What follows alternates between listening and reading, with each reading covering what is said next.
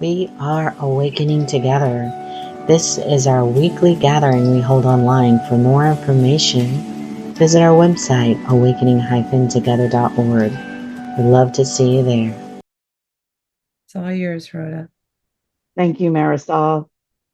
Good morning, everyone. So good to be with you this morning. Happy Sunday. Just listened to some beautiful music. That last video that you just played, First Aid Kit, My Silver Lining. I don't even know if I heard the words, but every time the owl would come in, it was so stunning. Just a beautiful video. So thank you, Marisol, for making that happen. And then poetry this morning. Oh my gosh. Thank you, Susan. Just gorgeous. We will definitely need to do this 3 hour contemplation of that poem what was it called? The Four Quarters or something. Thank you. Welcome. Glad to be with you. We will start as we normally do. Marisol is going to play our opening song and we will greet one another in the chat. Tell us where you are. Give us your morning greeting. So happy to be here with all of you. I heard somebody say it the other day when we were gathered together that every time they hear that song, they feel like they've come home. I feel that too. I feel like I've come home. So, welcome to the weekly gathering. I will just say that the name of today's talk is called It's Right Here. And we're going to talk a whole lot about what it is and looking right at it for ourselves. But before we get into our reflections for today, I just want to share with you the purpose of awakening together. We are an assembly of equals, joined in common purpose, awakening to one true self. Within an appearance of many faiths, many cultures, and many symbols, we seek to discern one truth and to rest in its embrace. And for today's talk, the core value I picked is core value number 4. And that core value says, we affirm one true self as the only truth. We live this value by embracing what is helpful on the path of awakening without idolizing any spiritual doctrine as truth.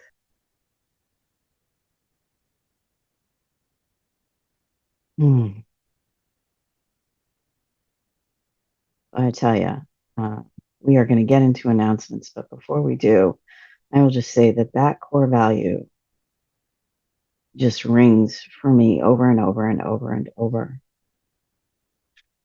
That wisdom is just found in so many places. And the act of idolizing is what creates separation. And so it's just so powerful that this is one of our core values. Thank you, Inner Wisdom, for that. Thank you, Regina, for that.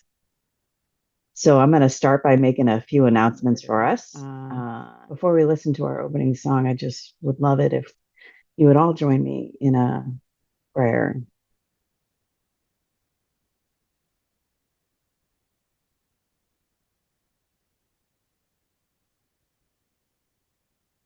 As we take this moment to be still and touch into the knowing of the truth of what we are, we invite the universe to bring us all of the places in which we seem to be seemingly blocking the presence of love. All the places we still believe the illusion that what is right here, right now, isn't already perfect.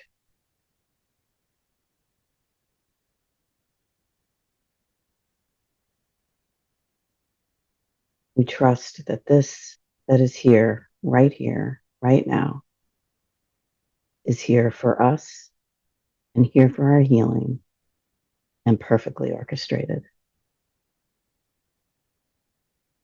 And so it is. Amen. So, over the last several months, before we play our opening song, I just want to tell you a little bit about why this song has been such a helpful pointer to me over the last, I don't know, many months. I don't know. Mind wants to say 6. I have no idea how many months it's been. But this song isn't particularly right-minded, and it isn't particularly wrong-minded either. But the main chorus of the song asks the question, where is the love? That's the question that it asks. And, this is a question that feels like it has been alive for me for a very long time. When I feel angry, when I feel sad, when I feel happy, I've been pointed to this very teaching for a very long time, but something hit, I don't know, when the last time this song came into me from Inner Wisdom. And ever since then, I have literally been watching this idea that tells me love is somewhere else. So as we listen to this song, this is Where is Love by the Black Eyed Peas. I'd invite you to actually use this as an opportunity for direct experience. I will tell you that it brings up all kinds of emotions, much in the same way that that trailer we just watched. I could see laughing, I could see embarrassment, I could see humiliation, I could see joy. But the invitation is to actually let this show you whatever feels true about what is here for you right now, not expecting it to be all peaceful, just being with what it shows you that is here right now. So Marisol is going to play our opening song for us, our first song, I should say. Where is the love indeed? Where is the love?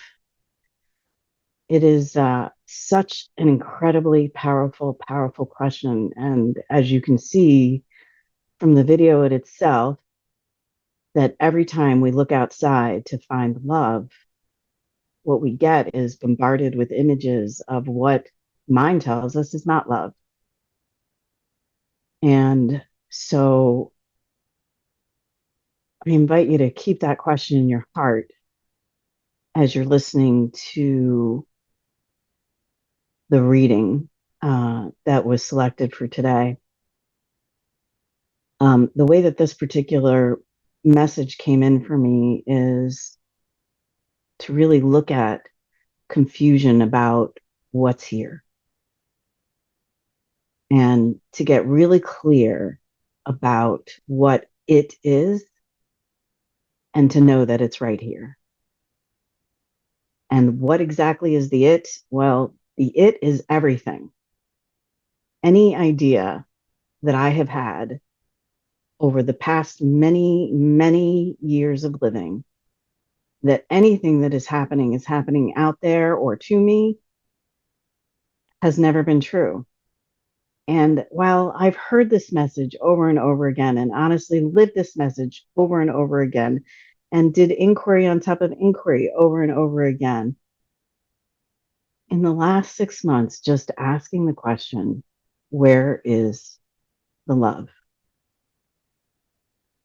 And Regina's definition of love is what lives most for me, which is love is perfect allowance.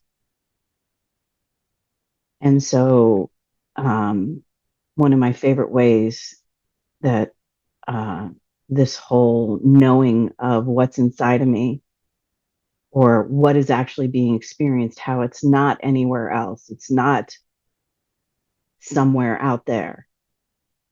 And the invitation is to be aware of that, one of my favorite descriptions is the way that Byron Katie described it. And so without saying much more about that, I'm going to invite Sammy. She's going to be reading an excerpt from the book, A Mind at Home with Itself. And that is by Byron Katie with Stephen Mitchell. In this particular book, Stephen Mitchell is translating the Diamond Sutra and then reading it to Katie. And Katie's basically translating it according to her lived experience, what that means for her. And the excerpt that I was drawn to is called Everything Happens for You, Not to You. It's from chapter 16. So without further ado, I asked Sammy if she would take the mic and read that for us. Buenos dias. Thank you. Okay. Reality unfolds perfectly. Whatever happens is good. I see people and things, and when it comes to me to move toward them or away from them, I move without argument because I have no believable story about why I shouldn't. It's always perfect. A decision would give me less, always less. So it makes its own decision, and I follow. And what I love is that it's always kind. If I had to name the experience in a word, I would call it gratitude. Living, breathing gratitude. I'm a receiver, and there's nothing I can do to stop grace from coming in. It's personal and it's not personal. It's personal in that the whole world is me, a mirror image that I am and love. Without it, I'm bodiless. And it's not that I need to look. It's just that looking is such a delight. On the other hand, it's not personal because I see nothing more than a mirror image. Every movement, every sound, every breath, every molecule, every atom is nothing more than a mirror image. So I don't move, I'm being moved. I don't do, I'm being done. I don't breathe, I'm being breathed. I don't think, I'm being thought. There is no me. There's nothing real about it. When you realize that there's no such thing as a self or another, you realize that all human relationships are reflections in the mirror. It's not you that people like or dislike. It's their stories of you. They aren't attacking you or leaving you.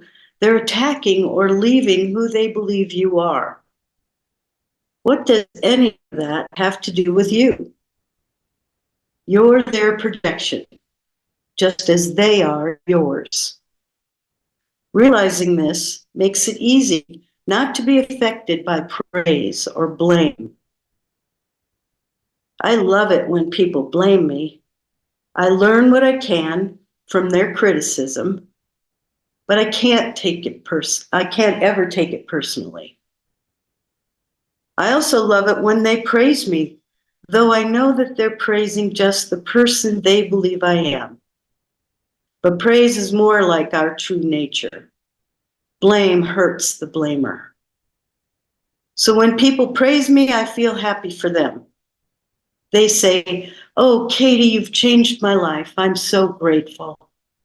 And I hear it as a turnaround.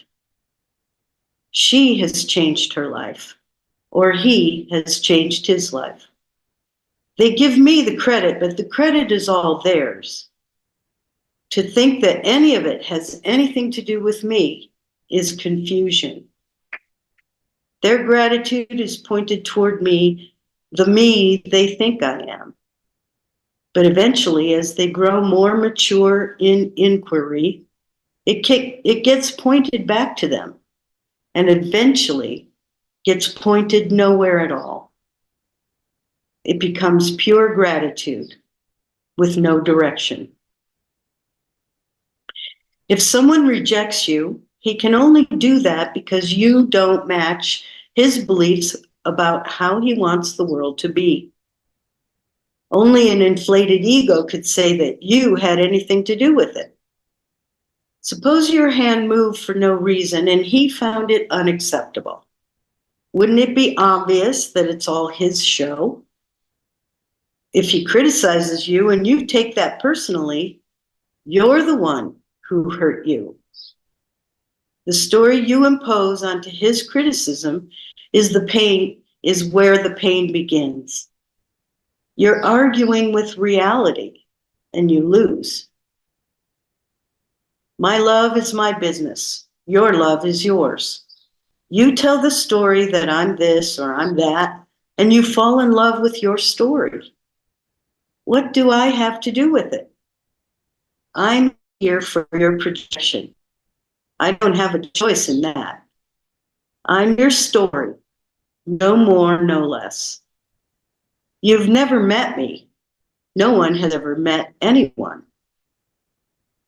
If you find internal work exciting, you'll look forward to the worst that can happen because you won't find a problem that can't be solved from the inside. It's the perfect setup for the end of suffering, and it becomes a mystery why you ever thought there was a problem in your life. You begin to realize that there are no mistakes and that whatever you get is what you need. This is paradise found. Everything you need, and even more than you need, is always supplied to you in abundance.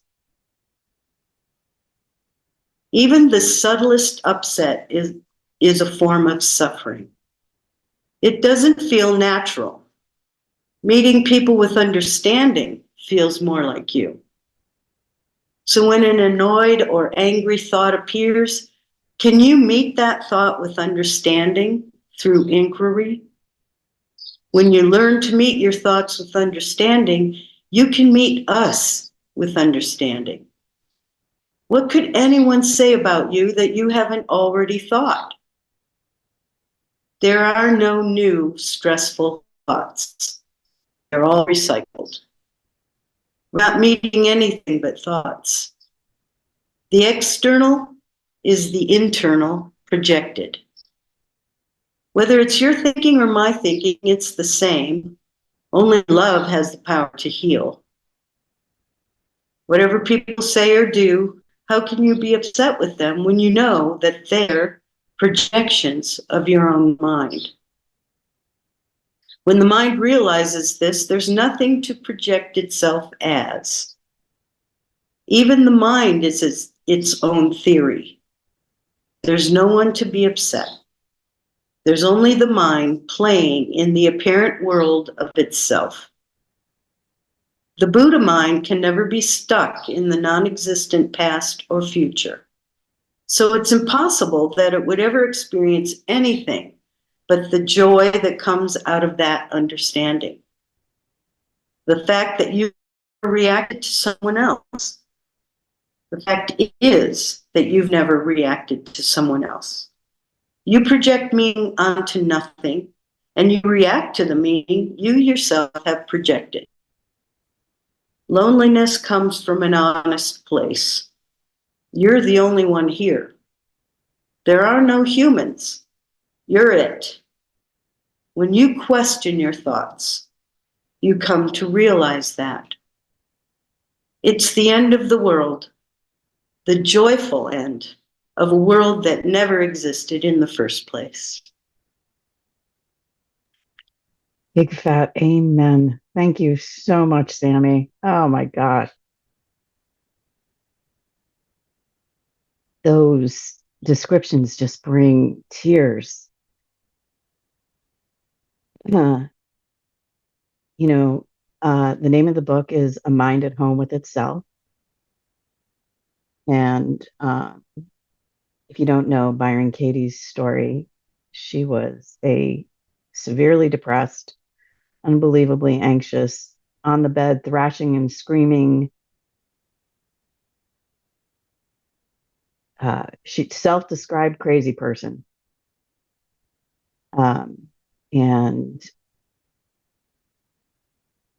after she woke up, what was born for her was something called the work. And the work is what she's referring to when she says inquiry often, because she also calls that inquiry. And it's not big S inquiry, but it eventually evolves into big S inquiry. It's actually little s. It's inquiring into that little self that we often believe we are. And in the work, she asks 4 questions. Is it true?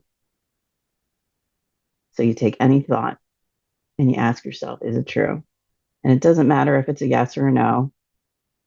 And then the next question she asks is, can you absolutely know it's true? So you check in, and it doesn't matter if it's a yes or a no. No explanation needed.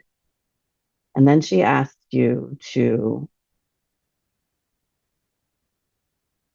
check and see how you treat yourself and how you treat others when you believe that thought. And then she asks you to turn the thought around. This work. So when I first heard about Katie, I was pretty much a self-described atheist. I was suffering horribly in the world, believing everything, every single thought that came into this mind, believing every single emotion was my fault, and somehow knowing through the grace of God that there was another way, and that whatever was happening wasn't someone else's fault. There was at least enough awareness to know that it was all coming from here. Not that there was a lot of clarity about that, but there was at least enough awareness to know that. And so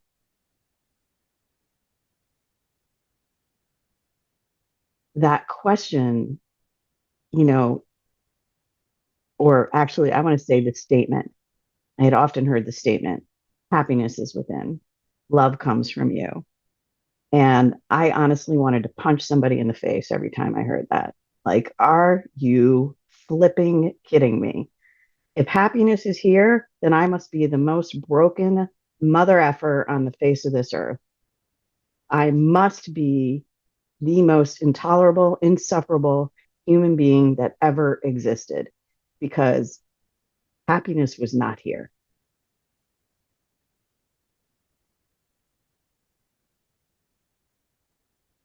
And I remember my kids, when they were little, there was a story that I read about a woman and her who had died at a very young age. And her story said, her epitaph said that she brought joy to everyone's life.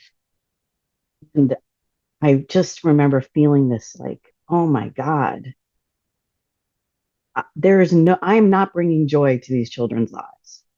I'm not bringing joy to anyone's life. I can't find the joy, much less bring joy. And there just was so much desire to stop the suffering that when Katie showed up, it was the perfect timing. A, she wasn't religious. She didn't believe in God when she woke up. I wouldn't say that that's true afterwards, but once she woke up.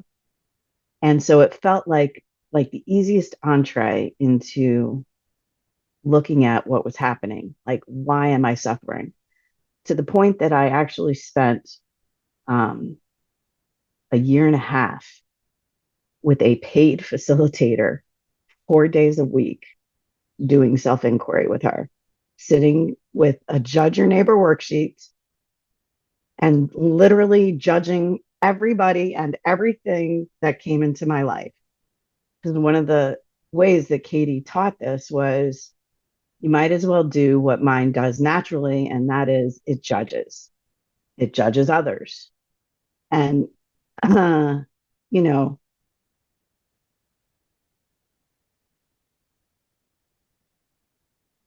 that was an incredibly helpful year and a half. I went to see Katie in person. I sat through her seminar called No Mind, 3 days in Chicago, and I could never really get to this place that love was here.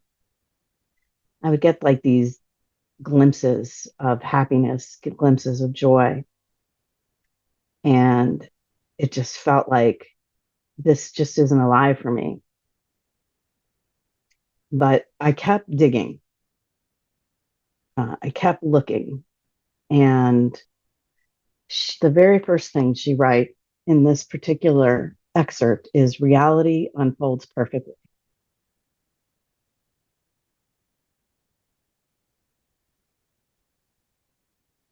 What happens is good.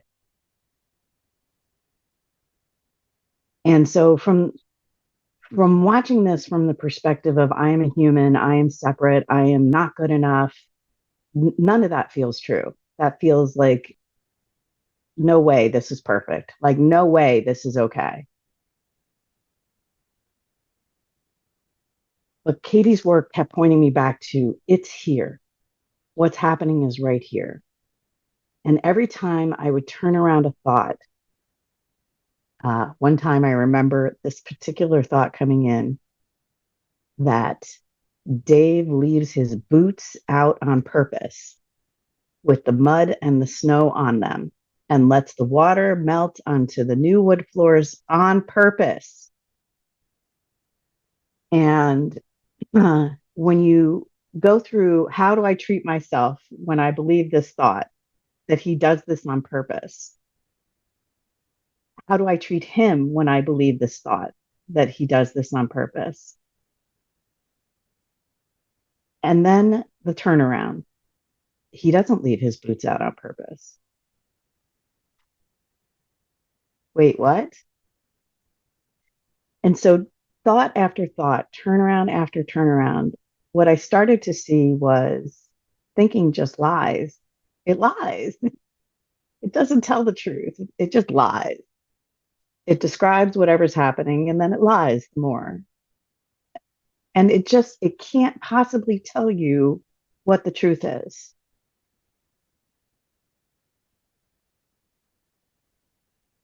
And seeing that thinking lies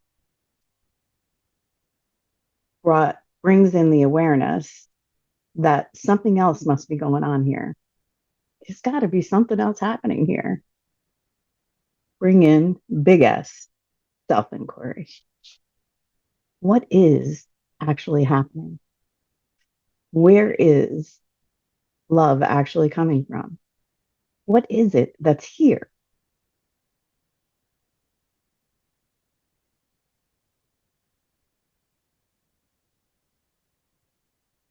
Reality unfolds perfectly. Whatever happens is good.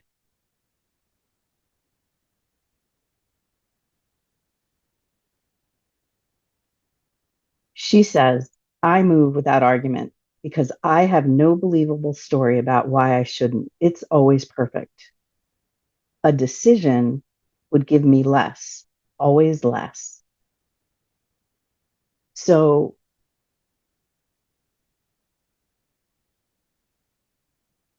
about the same time that this song, Where is the Love, a little bit after the song, Where is the Love, really started to live with me, like this question really started to live with me, I was reintroduced to Roger Castillo.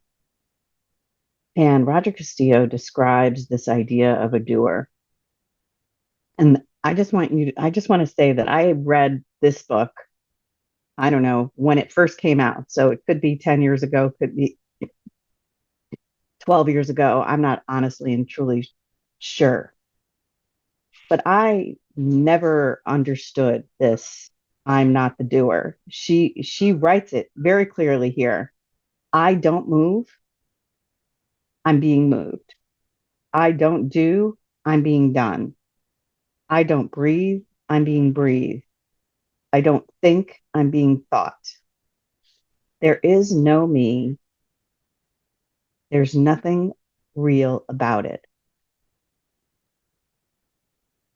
You know, when you're not ready to hear that, you're not ready to hear it.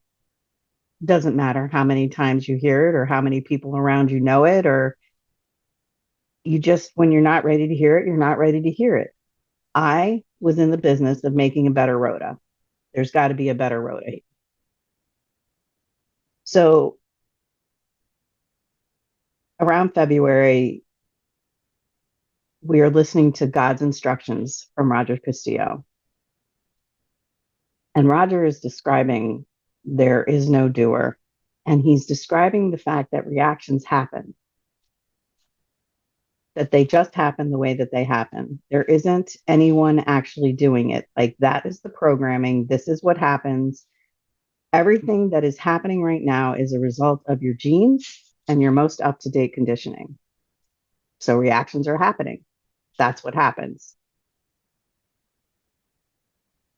Where is the love? And reactions are happening. Those two things, those two just start to really bubble up inside. And I keep seeing every day, every meditation, every self-inquiry, big S self-inquiry, that there's actually something going on here that there is no me involved with. There's an idea of me, there's an illusion of me, but there actually is no me involved with. And so fast forward to even the last week, in the last month or so, there's been lots of opportunities to look at the ways in which I believe judgments that show up. And lots of family interactions. And about a month ago, Layla, Tata, Kamel, and I and their partners seemingly made a decision that we were going to join my father and his wife in Italy for the first time ever, and visit with them. My father just turned 85 years old. There's probably not going to be a lot of chances, so the decision was made. And we spoke to my father. Yes, we're going. Spoke to his wife. This is when we'll be there. We made plane arrangements. We bought tickets. And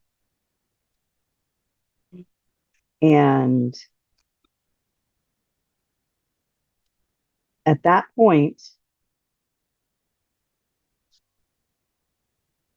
that tickets were made, and I had just made an inquiry about a VRBO.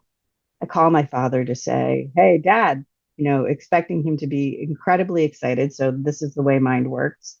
Expecting him to be incredibly excited. Hey, we made reservations. We're going. Everything's set. We're there.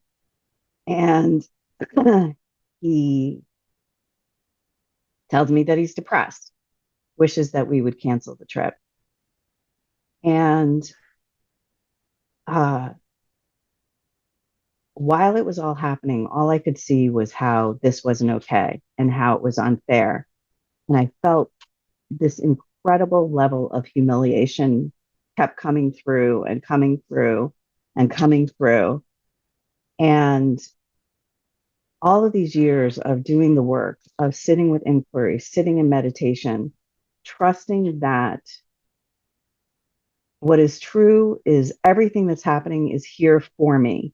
Reality unfolds perfectly. Whatever happens is good. This is here for me. This is here for me. About, I want to say 2 weeks ago, not only could I find love, but I feel this incredible love and gratitude for my father and the way he shows up.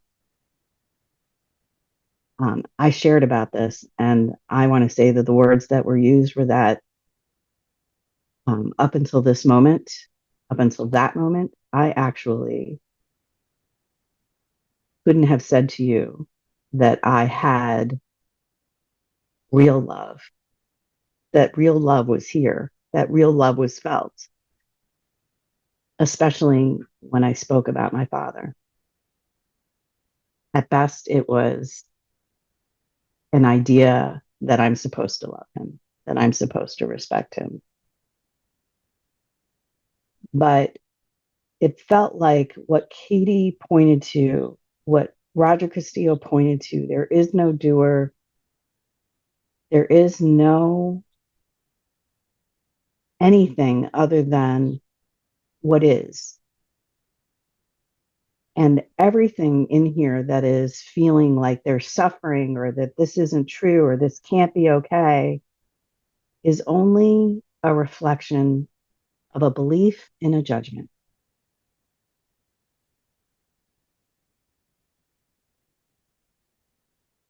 And every single teaching that points back to looking within, back to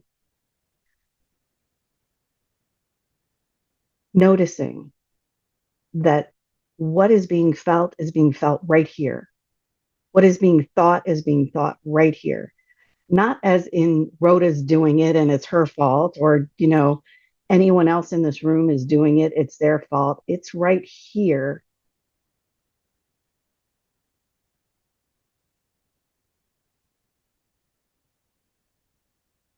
How do I say this? It's right here as the perfect experience of reality for us to see exactly what it is that we're supposed to see. I am supposed to feel humiliation until I don't. Until I don't. Until I see the judgments that I did it wrong. How did I do it wrong? I did it wrong because I believed that my father would be so excited that we were coming to Italy. And he wasn't, and he was depressed. And he wanted us to cancel the tickets. And every interaction turned into more and more of this, like seeing the fact that this kind of discomfort only shows up here. It's only right here.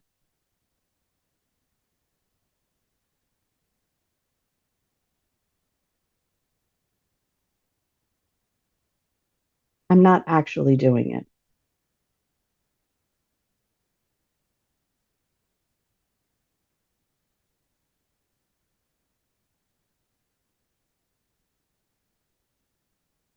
Katie writes that if someone rejects you, he could only be doing that because you don't match his beliefs about how he wants the world to be. So if I'm rejecting my father, why am I rejecting him? Because he isn't matching my beliefs about how the world should be. My belief that he should be excited. My belief that he should cherish the idea that I'm coming to Italy and bringing all four of the adults in my life, or all, how many do I have? I'm starting to sound like my mother. Here we go. All three of the adult children I have in my life and their partners, like he should be excited. That's my story. My story says I'm rejecting him because he doesn't match my beliefs about how I want the world to be.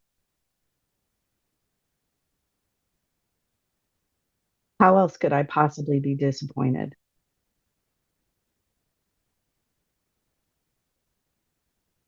Because his reaction is exactly his reaction. What else is it that would cause me to believe that if I change this in the world and I change that in the world, let's see, first, let's get a job, then let's get a divorce. Hey, maybe if we buy a house. What if we find a new boyfriend? Hey, what if we move to a new city? All of that's going to fix it. But all of that has become very clear is what it is meant when someone says, stop rearranging the deck chairs on the Titanic. All of that is looking out there for the love. And so, even after spending years doing the work on thoughts, I could just see how slowly but surely what was needed and that at the time it was needed showed up exactly when it was needed. When Rhoda had a belief that she was utterly alone and that there was no God and that there was no space for God, the universe brought Byron Katie and the work and just kept showing me over and over again that my thoughts aren't real, that my thoughts don't actually describe anything of any reality whatsoever. And through enough of that process, created an opening so that there could be seen that, oh, wait, maybe there's more here. Enter big ass self inquiry.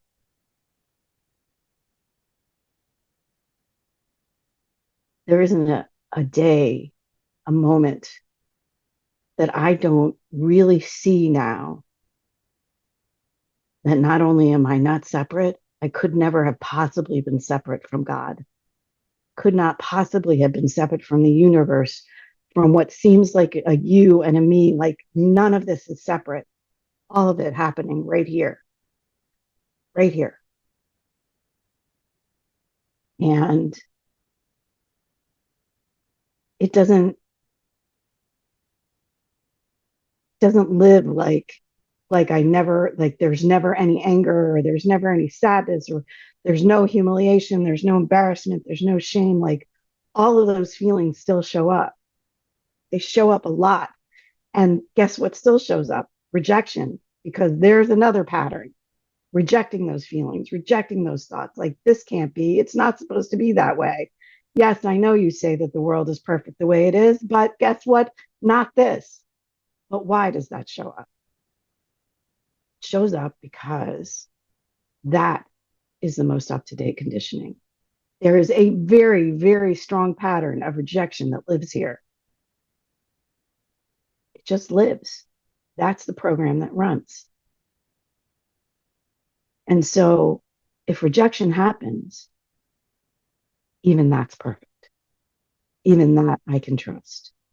If rejecting the way that things are right now, if there's any space at all to see that I'm the one that's rejecting, not I, like I made a choice to reject. Rejection is the pattern that's playing right now. Then that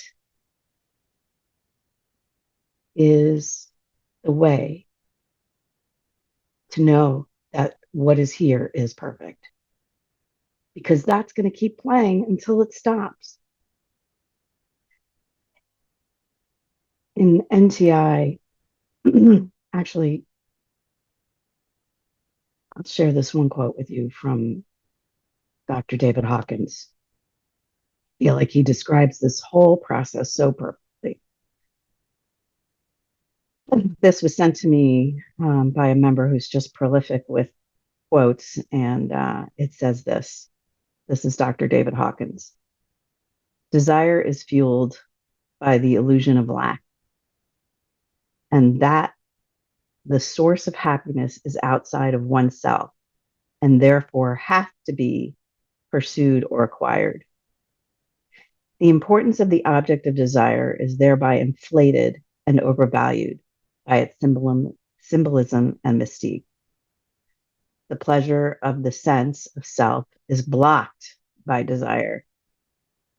So the joy and the happiness that has always been right here is constantly blocked every time a desire for something to be different than it is believed.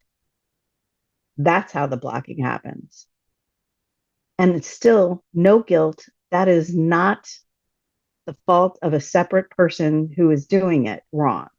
That is the genes and the up-to-date programming and the reaction that happens. All we're ever being invited to do is see it.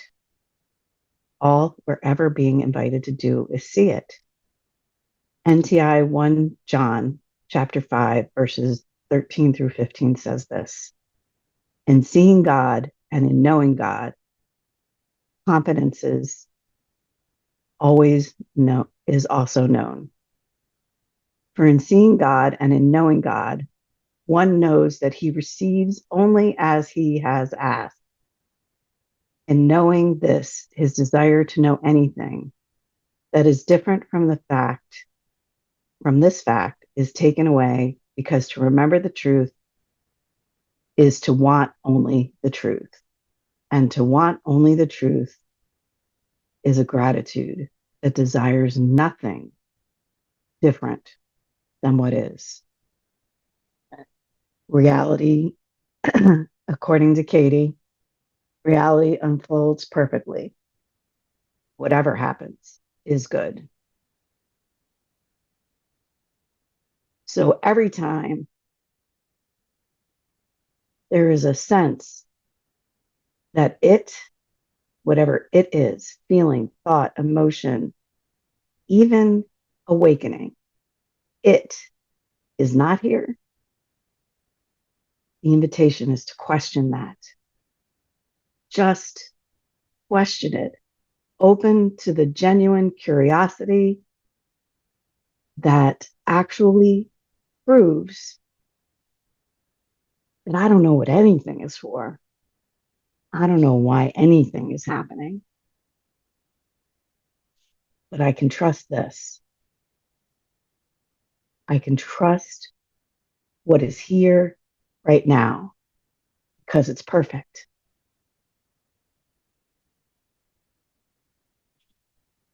So I would like to invite us all to contemplate where is love one more time. But this time, I would like us to contemplate while listening to the very same song we opened with, without the video. What I notice is it's much easier to be, at least as a starting point, to be with what is, with eyes closed. And so, not because this song is so particularly right-minded, but just to use it for the purpose of noticing what is here for me right now that is so perfect. What is it? And so I invite you all to join me in this contemplation while Marisol plays Where's the Love? Thank you, Marisol. I want to thank you all for joining this morning. If you feel like anything that we shared today or anything about awakening together at all touches you and supports you in any way, we'd invite you to ask within and check. We're gathered here in the sanctuary. We are all committed to awakening to the one true self, to knowing that this is what we are, that it is here. Every contribution that is made to awakening together helps us to keep this a place where people continue to trust and become completely reliant on self for inner wisdom. So if you feel called to donate, Marisol's placed a link in the chat, or you can use the QR code that's on the screen. With all of that being said, this is an opportunity for anyone who feels called to share anything that feels alive for you. Melody, please. Thank you, Rhoda. That was just absolutely stunning. And I just wanted to tell you how much my heart was opened by your sharing today. And I really appreciated you taking all those bits and pieces and putting them together and giving the big picture of what's at play here. And also thank you for opening your heart to us and share those learnings from your own personal experience. So I just wanted to thank you. It's just beautiful. Thank you, Melody.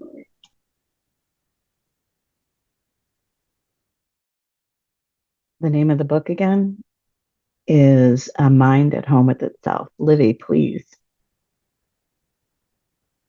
I'm almost embarrassed to have my video on.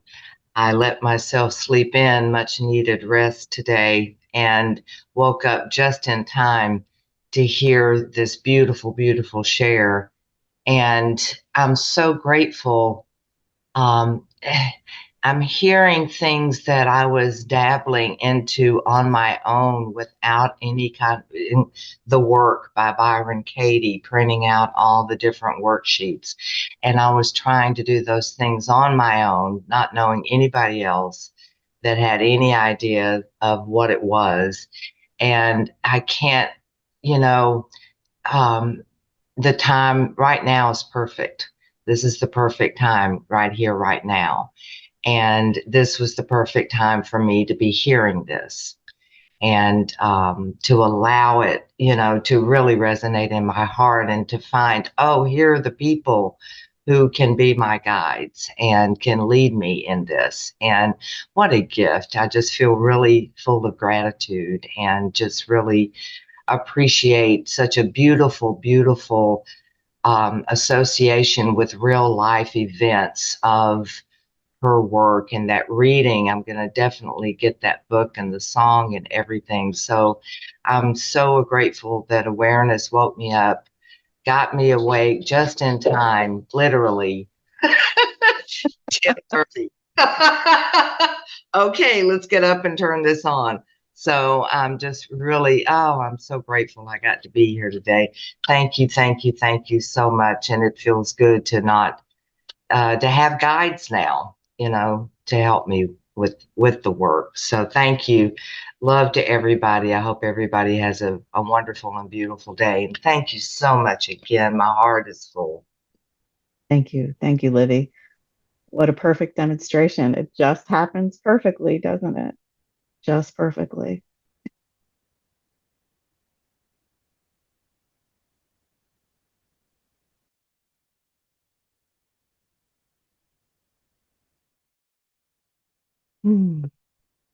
Tina, come on up, darling. Good morning. Good morning. What came to me was love. I feel like I could jump out of my skin. I feel full of it right now. I don't know what, full of love.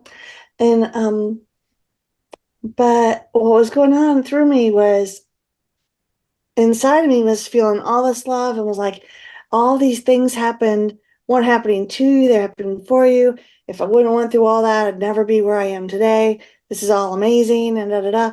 And it was just funny because I'm so grateful right now that there's some awareness that my mind was like, oh no, but God wouldn't have done this and this shouldn't have happened. Da, da, da, da. And it was just like right then, I couldn't believe all that crap was happening at one time. And I'm so grateful that I'm like, I didn't have to shoo it away. I could welcome it in and go, come on in, Doc. Come on in, baby. It's fine. You're fine here. I love you. It'll be fine.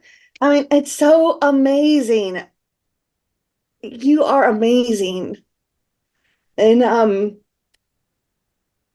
the perspective is changing and I'm so grateful for it. And I appreciate you, Rhoda. That's all. I love you. I have to say that is, one of the other things that Katie points to so beautifully is how when someone is appreciative or says they love you or says that they're, excited to be with you, like that is such a joy to see in another, because what you know is that the other is feeling it here. Like something has shifted for them here. And in your heart of hearts that it is always within them. Like it's within us. No one gave it to us. No one did it for us. It's here. I appreciate you. I love you. Oh my God. What a happy dream. Thank you. It is the bottom of the hour. So I am going to give the mic back to my friend Marisol. I love you all very much. Thank you for joining today. It's been a pleasure. You've been watching our online gathering. It happens weekly on Sundays at 10:15 a.m. Eastern Time. To join us live in the sanctuary, visit our website, awakening-together.org. You'll want to click on Online Sanctuary in the main menu, and then in the drop-down menu, look for How to Enter the Sanctuary. Right there at the top of the page is a clickable link. We'd love to see you in the sanctuary and join with you in fellowship. Thank you again for watching. Also, please know that if you'd like to stay connected via the Awakening Together channel here on YouTube, you can subscribe and hit the bell for more notifications. We hope to see you in the sanctuary.